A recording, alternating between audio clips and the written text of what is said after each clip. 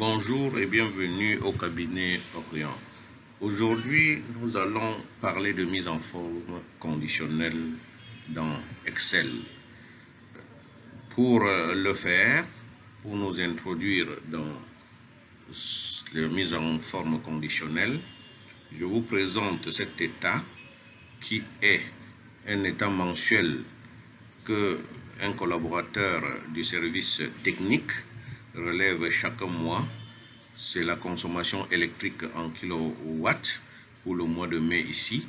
Donc l'entreprise a consommé 263 kilowatts et on dit le prix unitaire de kilowatts est de 52 francs CFA. Et sur le plan analytique au sein de l'entreprise, il a été déterminé la clé de répartition de la consommation électrique par département et justement l'administration et finances sur un total de 100 kilowatts consomme 7 kilowatts, le département commercial marketing 9, le département technique 21, le département exploitation 13, le département juridique 4 et le département production 46, ça fait 100. Il est question déjà que on détermine le volume de ce que chaque département aurait consommé sur 263 kilowatts et la valeur, le montant de cela. C'est la base pour notre travail. Pour le faire, nous allons donc déjà dans un premier temps répartir les 263 kilowatts-ci à tous les départements en fonction des clés ici. Donc si 263 représente les 100%, alors 7 dans cela vaudrait quoi? C'est une formule simple qu'il faut introduire pour chaque département en commençant par le premier qui est l'administration et finances. Donc je vais déterminer dans la cellule D6, je vais donc là-bas introduire la formule égale les 263-ci qui représentent les 100%. Je vais donc diviser par 100 pour multiplier ensuite par 7 pour savoir ce qui revient à l'administration et finances. Je valide. Cela signifie que sur 263 kilowatts, département administration et finances en a consommé 18,41. Pour déterminer pour les autres, c'est la même formule, il suffit que je recopie, mais il faut faire très attention. En fait, observez, si je recopie, vous allez vous rendre compte que cela présente, n'est-ce pas, les résultats ici, que l'impossible de diviser, donc il présente des erreurs. Je peux cliquer ici pour regarder erreur de la division par 0, aide sur cette erreur, ainsi de suite. Donc il dit, on ne peut pas diviser un nombre par 0. Voilà pourquoi il présente ceci. Là, c'est la même chose. Là-bas, il trouve plutôt qu'il y a un problème de valeur, donc erreur sur la valeur. En fait, l'erreur qu'on aura commis, c'est quoi?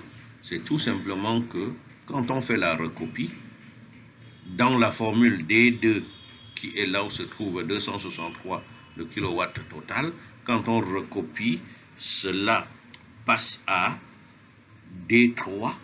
Regardez, si je viens là où il y a la première erreur, il est passé à D3, tout comme même les 100 là sont passés à C3. Donc, quand ça passe à C3, ça tombe à rien ou 0, raison pour laquelle ça ne peut pas marcher. Donc, il faut pour cela figer, parce que la cellule dans le calcul, là, la recopie, la cellule où se trouve D163, c'est-à-dire D2, ne doit pas bouger, ça doit rester fixe. Je fixe ça en mettant le signe $ devant la colonne D et devant le signe 2 ou alors F4 pour mettre les deux à la fois. Il en est de même pour là où se trouve le diviseur 100, je fige. Lorsque je l'ai fait, je valide et je peux donc recopier maintenant. Double-clic, cela a déterminé. au niveau de total ici, je dois tout simplement faire la recopie de total à ce niveau-là aussi. Voilà, je peux centrer ces chiffres-ci pour bonne présentation.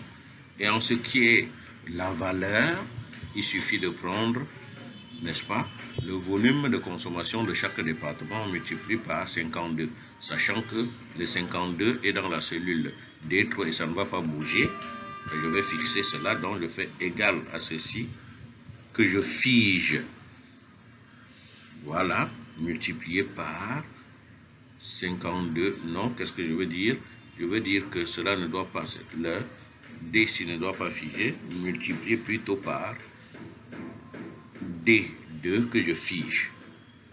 Et je valide le calcul, je fais double clic pour recopier, ça fait cela. Je peux même faire une mise en forme des chiffres là-bas. Nombre, bon, partie décimale, on va conserver. Voilà. Donc voilà, en quelque sorte, les 263 kW multipliés par 52 donne 69 169 francs. En principe, voilà la part de chaque département dedans. Maintenant, pour parler de mise en forme conditionnelle, c'est question de dire, OK, soit au niveau des départements, ici les clés de répartition, soit, en fait, les mises en forme conditionnelle, c'est assez étendu comme fonction. Je vais déjà ici sélectionner les clés de répartition pour faire une représentation. Regardez, il y a dans le menu données, dans le menu accueil, mise en forme conditionnelle, voilà les différentes possibilités de mise en forme conditionnelle. Donc il y a règle de mise en surbrillance des cellules, il y a règle de valeur de plage haute ou basse, il y a les barres de données, nuances de couleur, jeu d'icônes et donc si je viens, commençons peut-être par nuances de couleur. Si je me mets ici, vous voyez, il met les différentes couleurs pour représenter chaque chiffre là-bas. Et on peut choisir plusieurs nuances de couleurs pour voir ce qui nous convient. Si je laisse ça, je m'en vais prendre plutôt en termes de barre de données. Observez. Donc, il fait une sorte de représentation graphique, une sorte de représentation graphique en barre dans les cellules où se trouvent ces chiffres, de sorte que la production qui est 46 occupe le plus important, occupe totalement la taille de la cellule et donc on peut varier les couleurs pour choisir la couleur qui nous convient, tout cela. Voilà, lorsqu'on a trouvé ce qui convient, on clique dessus pour valider. Bien, au niveau des volumes, ça pourra être les mêmes proportions, mais je voudrais faire une présentation en jeu d'icônes. En jeu d'icônes, voilà, les icônes comme ceci, on peut lire que certains chiffres, la flèche est orientée vers le bas, les chiffres plus ou moins élevés sont indiqués vers le haut, alors que les chiffres moyens, c'est incliné. Donc, on peut choisir toutes ces interprétations-là. On peut en faire en fonction de la valeur des chiffres. Donc, si je m'en vais choisir règle des valeurs de plage haute ou basse, je veux dire, je veux par exemple les 10 chiffres les plus élevés. Bon, si je clique en fait en termes de chiffres, de valeurs, je clique. Si 10 c'est beaucoup parce qu'on n'a même pas 10 ici, je veux dire, je veux avoir les 3 meilleurs, les 3 les plus importants. Je fais, vous voyez effectivement que là, il a ressorti en couleur ici les 3 plus grosses consommations. Donc, il y a donc plusieurs règles de mise en valeur comme ça. Je vais venir peut-être règle de mise en surbrillance. Je vais demander ici pour dire de me donner, de mettre en surbrillance tout ce qui est supérieur à ou inférieur à, ou qui se situe entre tel montant et tel autre, ou bien telle valeur et tel autre, ce qui est égal à. Donc pour ce qui est des textes, le texte qui contient, ainsi de suite, je vais rester pour dire qu'il me donne par exemple tout ce qui est inférieur à, qu'est-ce que je dirais, tout ce qui est inférieur à 7000. Voilà, quand je fais, il y a 3 départements qui consomment moins de 7000 francs sur la valeur, sur le montant de 69 169 à payer. Donc, voilà en introductif la mise en forme conditionnelle dans Excel, et on peut aller plus loin que cela. Donc, les mises en forme conditionnelle, c'est une forme de si, la fonction si qu'on utilise, mais pour agrémenter beaucoup plus d'avantages.